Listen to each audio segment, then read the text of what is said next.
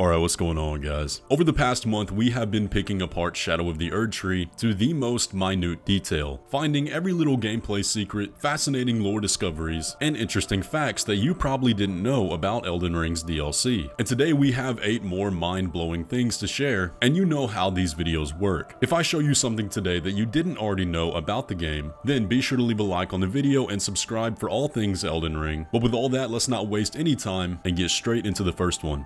Let's begin today by talking about Messmer, the poster child of the DLC. We learn a lot about this character, how he was a demigod cast aside, removed from the records of history, and given the duty to subjugate the land of Shadow by his mother, Queen Marika. But when we first encounter Messmer entering his boss room, he will call us a mongrel intruder, noting that we are tarnished, and questioning why we would be the Lord of the Old Age, granted favor by Queen Marika. But did you know? In the files for this cutscene, the text of Messmer's dialogue contains an extra line that further contextualizes how he knows about us. It reads, "Mongrel intruder, Miquella spoke of thee, thou art tarnished it seemeth," with the version we get in the final release of the DLC, removing the line about Miquella. Now I find this really interesting because had it not been cut, it would have at least confirmed somewhat of a relationship between Miquella and Messmer. Obviously beyond them being siblings, it would have been an acknowledgement that is currently lacking. Because when we follow the trail of Miquella, it takes us through the Shadow Keep. We find a cross in there, where he divested a bit of his flesh. So I think it would make sense that they crossed paths at least once. But of course this line was cut for a reason. But let me now raise the question to you, what do you think that reason was? And should it have been cut?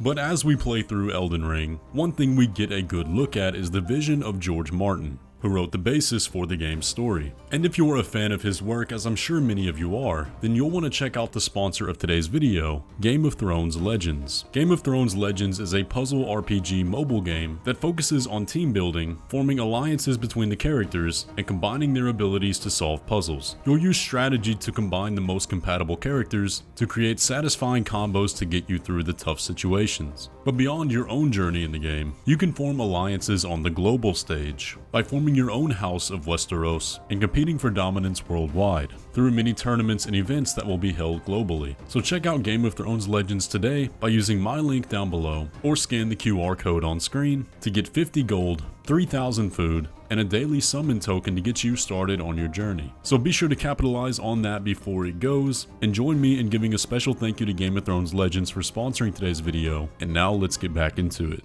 Rellana is one of the best bosses in Elden Ring's DLC, definitely a top 3 in my opinion. And even though she is accessible to fight very early on, she can be a pretty tough battle given her long combos and quick moves. Now I'm sure you all are well aware that you can skip Rellana and access the portion of the map behind her fight by taking a path through the river and coming up around the south. This will give you access to the High Road Cross Sign of Grace right on the other side of Rellana's arena, where you'll find the back entrance covered with a golden fog wall. Now since she is just sitting on the other side of this fog wall, did you know that this gives you the opportunity to cheese her boss fight? And one of the ways to accomplish this is with Flame of the Fell God, which floats towards targets and explodes, leaving a pool of fire. So if you cast this at the back fog wall, it will go straight through, then float all the way over to Rellana and explode, also causing residual damage with the fire. So if you load up on some Flask of Cerulean Tears, then you can just sit here and pop them off for about 2 minutes, and eventually it will be enough to kill her. Now I definitely don't recommend doing this if you haven't already beaten Rellana legit, because she's a great fight. Don't rob yourself of the experience. But if you're going to do a playthrough and want either her armor or her swords pretty early on, then this is a great way to get them. Now just as a side note, this will not work at the front fog wall because the fireball will collide with the door and explode. So you do have to take the alternate path. But overall, I think this is a pretty cool interaction. My personal favorite character from Elden Ring's DLC is Sir Ansbach, a devout follower of Mohg who fell victim to Miquella's enchantment. But after Miquella breaks his great rune and the enchantment is undone, he tells us something very interesting. Once, in an attempt to free Lord Mohg from his enchantment, I challenged tender Miquella, only to have my own heart rather artfully stolen. I knew not how weak I was. I believed that with sufficient mastery, even an Empyrean would be within reach of my blade. I could not have been more mistaken. Miquella the Kind is a monster. But we get further context about this confrontation from Leda, who tells us, I'm afraid Sir Ansbach will have to be next. He insists that he's nothing but a worn-down, over-the-hill soldier.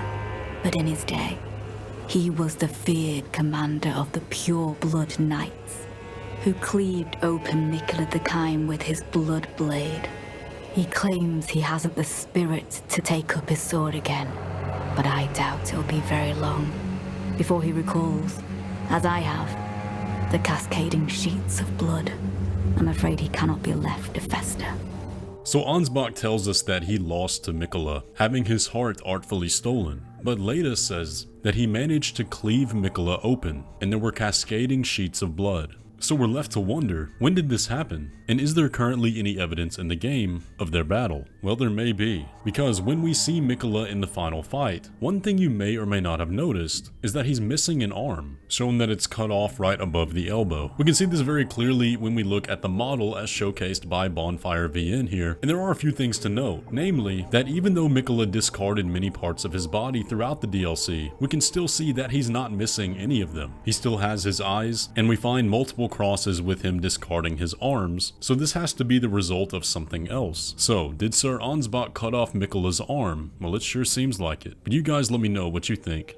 But building off of that, when Miquella breaks his Great Rune, it ends up in the possession of something else, the Scadutree avatar. And we're left to wonder how this sinister sunflower ended up with Miquella's Great Rune. It may have something to do with the fact that, like Miquella himself, the Scadutree avatar appears to have one arm cut off slightly. There are a lot of mysteries around this thing, but one notable feature about its design are the eyes we see on the flower itself. Unlike any sunflower I've ever seen, there are these glowing orange dots. And while at first they may appear disorderly, did you know that they happen to line up very closely with the Pleiades constellation? Now, while if we trace the stars one for one with the dots, there are a few discrepancies, the shape is almost identical, and if we add in minor stars, then we can make the exact pattern seen on the Scadutree avatar. Now, FromSoftware may have just made this design out of cool factor, but it wouldn't be the first time the Pleiades is mentioned in Elden Ring, as in the 1.0 version of the game, the name for the Stars of Ruin spell was Pleiades. Now, while I still struggle to find an exact reason of why this constellation is significant to the Scadutree avatar, a theory I can imagine that may tie into it having Miquella's Great Rune is that what we're seeing here is a representation of amber stars. This is of course an amber colored constellation, and we know very well from the base game that amber stars guide the fates of the gods. We've even seen it directly in reference to Miquella. So what I think happened here is that the Scadutree avatar was born of Miquella's divested fate, and that's what the Pleiades constellation on its flower represents. But I'm curious to hear what you guys think of that.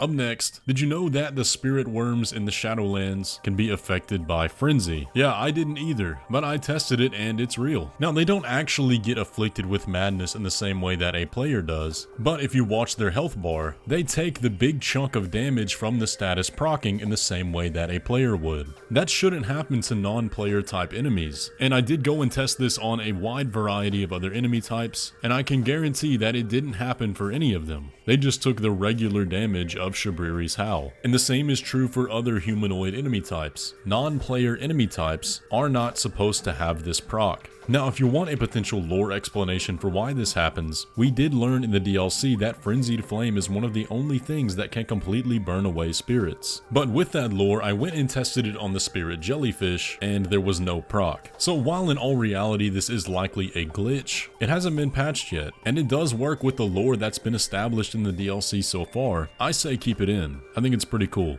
Now, one question that I've been getting on every single one of these videos is what happens when you power stance Rellana's twin blades. Now, I'm sure you know the standard moveset of this weapon, with simply using it in one hand, granting you the one-handed moveset of the light greatsword, and the power stance light greatsword moveset when two-handing the twin blades, and in this stance using your guard button allows you to attack with the left-handed blade. But you may be surprised to learn that you can actually power stance two of these, and it does change the moveset. Now, it will give you the left-handed blade in the left hand. You can't have two of the magic swords, unfortunately, but this will let you use the block button as your power stance attack like it normally would be when power stancing other weapons, and on top of that you get the right-handed attack as if you were using it in one hand for your light attack. Also, this makes you have the other 2 blades on your back, which looks really cool. So in addition to opening up new combo potentials, it just looks awesome. Now, since each of these swords does a different elemental damage, there is reason to use the power stance version over the regular version, if you prefer the moveset and the range of the magic sword over the fire one. And in case you were wondering, yes, this does work for Radahn's swords as well, but it kinda looks ridiculous with how many swords there are. And there isn't really a practical advantage to having these power stance over just using the regular version, but hey, if you want more sword than character, then go right ahead.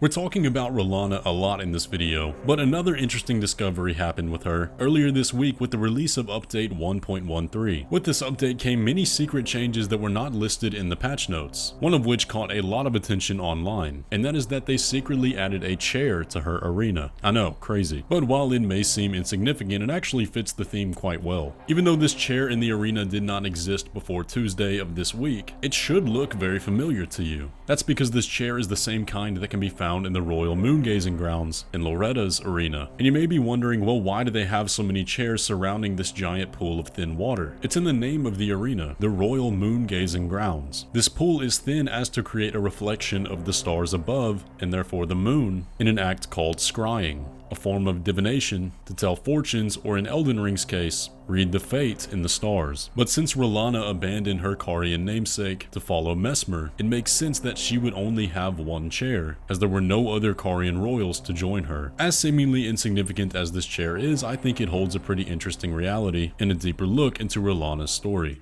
Now, here's something pretty crazy. Did you know that Elden Ring's DLC actually has its own secret New Game Plus? Apparently, if you beat Radahn, then a secret modifier applies, making the rest of the DLC harder. Now, I had absolutely no idea about this, and it seems the vast majority of players didn't either. Well, some people noticed at the bottom of Fextra Life's wiki page about the DLC, they have this little indent, DLC Plus. On top of the New Game Plus cycle, the Shadow of the Erdtree DLC gets more challenging in your first New Game Plus cycle after beating Promised Consort Radahn. All enemies' health bars are increased and the damage they deal increases as well. The DLC Plus increase is permanent for a save file, but it only happens once. So you're either in DLC Plus because you started a new game after beating the DLC, or you're not. Now, after reading that, I thought this might be some kind of confusion going on, and this wasn't actually a real feature. But a user over on Reddit put this to the test, stating that they duplicated their save file, having one version with the modifier and one without.